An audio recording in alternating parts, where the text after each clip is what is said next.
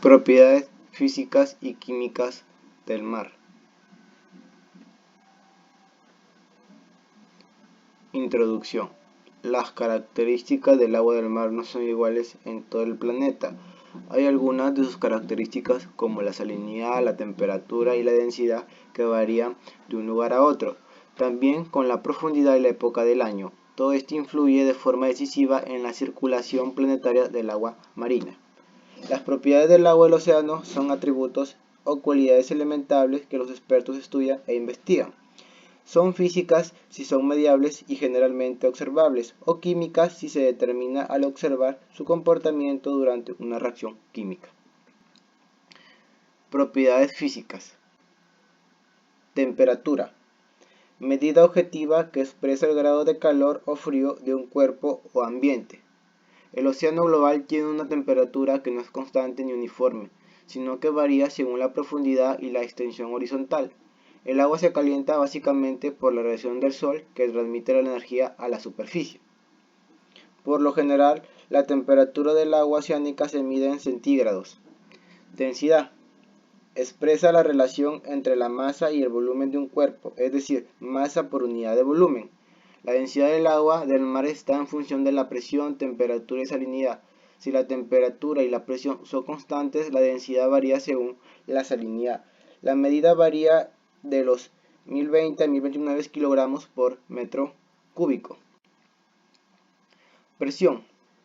Es la fuerza normal por unidad de superficie ejercida por el agua en los lados de la unidad del área.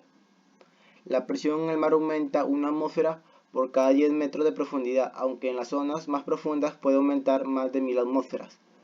Luz. Dependiendo de la turbidez del agua, dada por la cantidad de partículas que hay en ella, será absorbida más o menos rápidamente. Cuanto más turbio es el agua, más rápidamente se absorbe la luz. La luz del sol que penetra en los océanos es indispensable, ya que permite que ocurran fenómenos biológicos dentro del mar, como por ejemplo los ciclos de reproducción de algunos peces. Sustrato. Es la superficie en la que una planta o animal vive. El sustrato puede incluir materiales bióticos o abióticos. Por ejemplo, las algas viven incrustadas en una roca. Pueden ser el sustrato para otro animal que vive en la parte superior de las algas. Propiedades químicas. Salinidad. Se refiere a la concentración de sal en un cuerpo. Expresa la cantidad proporcional de sales que contiene un líquido. La salinidad del agua oceánica se mide por la cantidad total de materiales sólidos en gramos contenidos en 1 kilogramo de agua de mar. Cuando todo el carbonato se ha convertido en óxido, el bromo y el yodo sustituidos por el cloro. La salinidad promedio en el agua del mar ronda los 35 gramos por litro. pH. Es una medida que mide la acidez o alcalinidad de una disolución acuosa. Indica la concentración de iones de hidrógeno presente en un determinado disoluciones. El agua del mar es ligeramente alcalina, estando sus valores comprendidos entre los 7,4 y 8,5.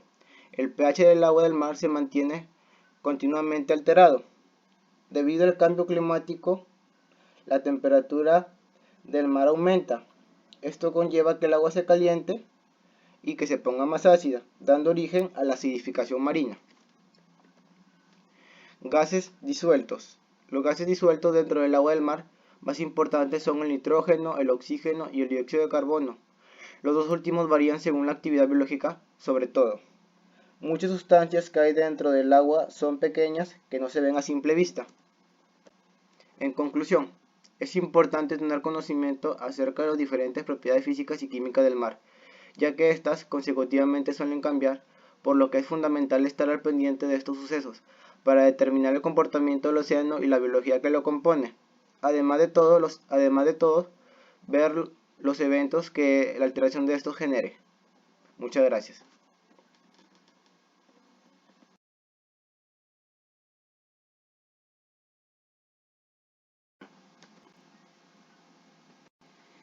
Atmósfera. Se puede definir como la envoltura de gases que rodea la Tierra. Se formó por la desgasificación que sufrió el planeta durante su proceso de enfriamiento desde las primeras etapas de su formación. Al bajar la temperatura, muchas sustancias que estaban gaseosas pasaron a líquido o sólido. Como consecuencia de los gases y la atracción gravitatoria terrestre, Gran parte de la masa de la atmósfera se encuentra comprimida cerca de la superficie de la Tierra. Composición química. Componentes mayoritarios son aquellos que están en mayor proporción en el aire: nitrógeno, oxígeno, argón, vapor de agua y dióxido de carbono. Componentes minoritarios son todos los componentes restantes que aparecen en cantidades muy pequeñas, medios en partes por millón. Homosfera y heterósfera. Hasta los primeros 80 y 100 kilómetros la composición del aire es homogénea, manteniéndose las mismas proporciones en los gases, aunque lógicamente la concentración de gases decrece, llamándose a esta capa homosfera.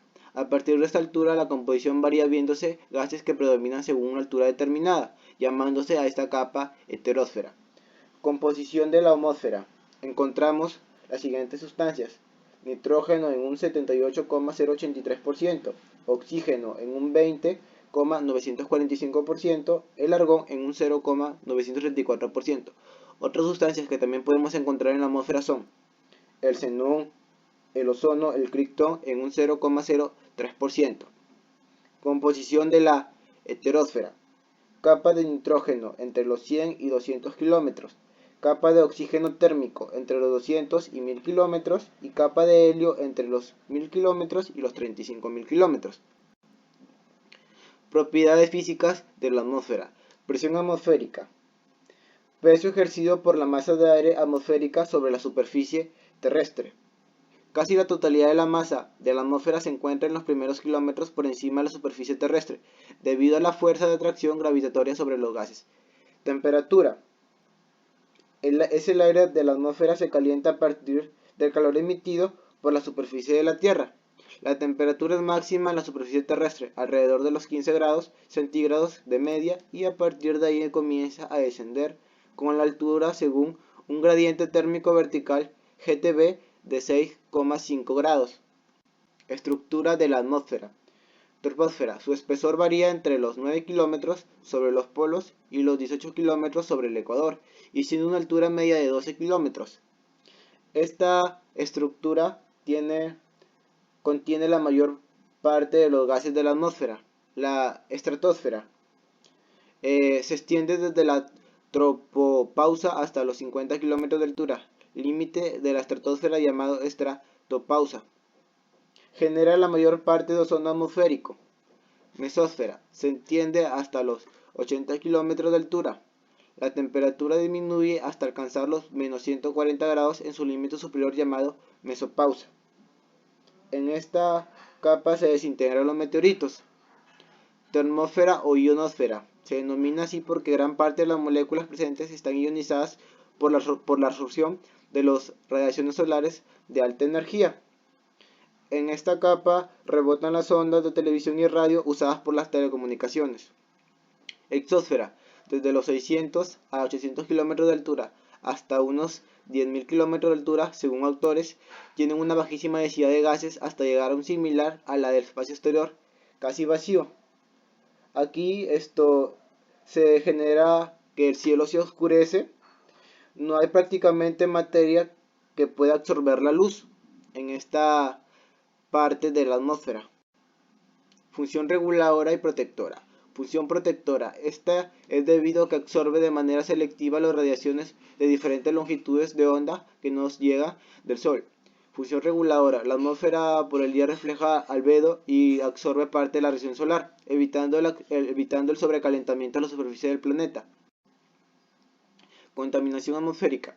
Se entiende por contaminación atmosférica la presencia en el aire de materia o forma de energía en concentraciones elevadas sobre su nivel ambiental normal, como implica el riesgo, daño o molestia grave para las personas, o bien de cualquier naturaleza, animales, plantas, materiales.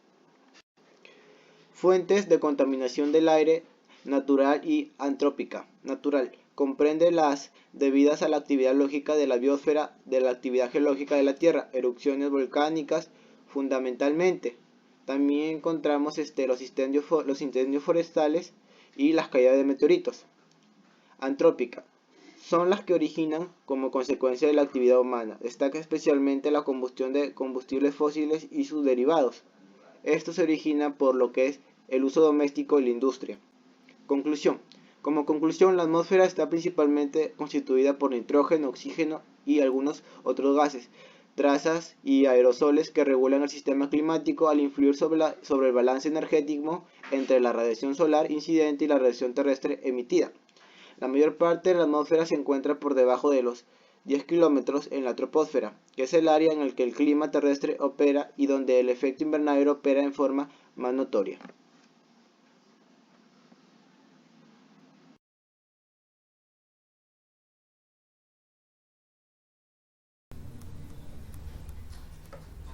El disco Secchi es un instrumento estándar que mide la visibilidad relativa o profunda de la luz en el agua de mar. De esta forma se evalúa la turbidez. Esto es el disco Secchi. Está conformado principalmente por un disco de los colores blanco y negro. Este es un cuerpo metálico. ¿Y para qué sirve este cuerpo metálico? Como mi disco no es de metal, este va a permitir de que el disco Secchi descienda, se hunda. Y si en caso no tuviéramos una plomada, algún cuerpo metálico pesado serviría. Luego tenemos una soga en el lado inferior del disco. Esta soga nos va a permitir ver los metros hasta cuando se puede visualizar la transparencia o luz en el mar. Cada 1 metro en esta soga se le va haciendo un nudito para que cuando el disco Secchi sea lanzado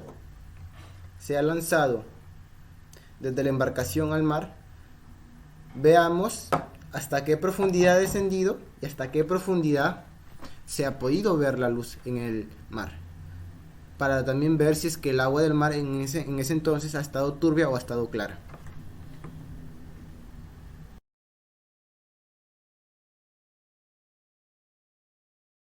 La veleta es un instrumento que mide la dirección del viento. La veleta está conformada por un dispositivo que a su vez consiste en una señal que indica a qué dirección va el viento. Dicha señal está situada en la parte superior de lo que es la veleta. También podemos visualizar lo que sería esta cruz donde están situados los 4 puntos cardinales. Luego tenemos la figura de un gallo, que en este caso también puede ser reemplazado por un pez o un ciervo. Ahora, la ubicación de la veleta es totalmente determinante a la hora de tomar apuntes o su lectura, porque si ésta se encontrase en una posición que no le corresponde, los datos que nos va a arrojar van a ser erróneos. Por eso es recomendable, para que ésta actúe de manera confiable, ponerla a una altura mayor a la del suelo. La veleta debe estar situada y alejada de los edificios, árboles u otros obstáculos que puedan modificar su lectura. A su vez, esta nos brindará resultados certeros y confiables.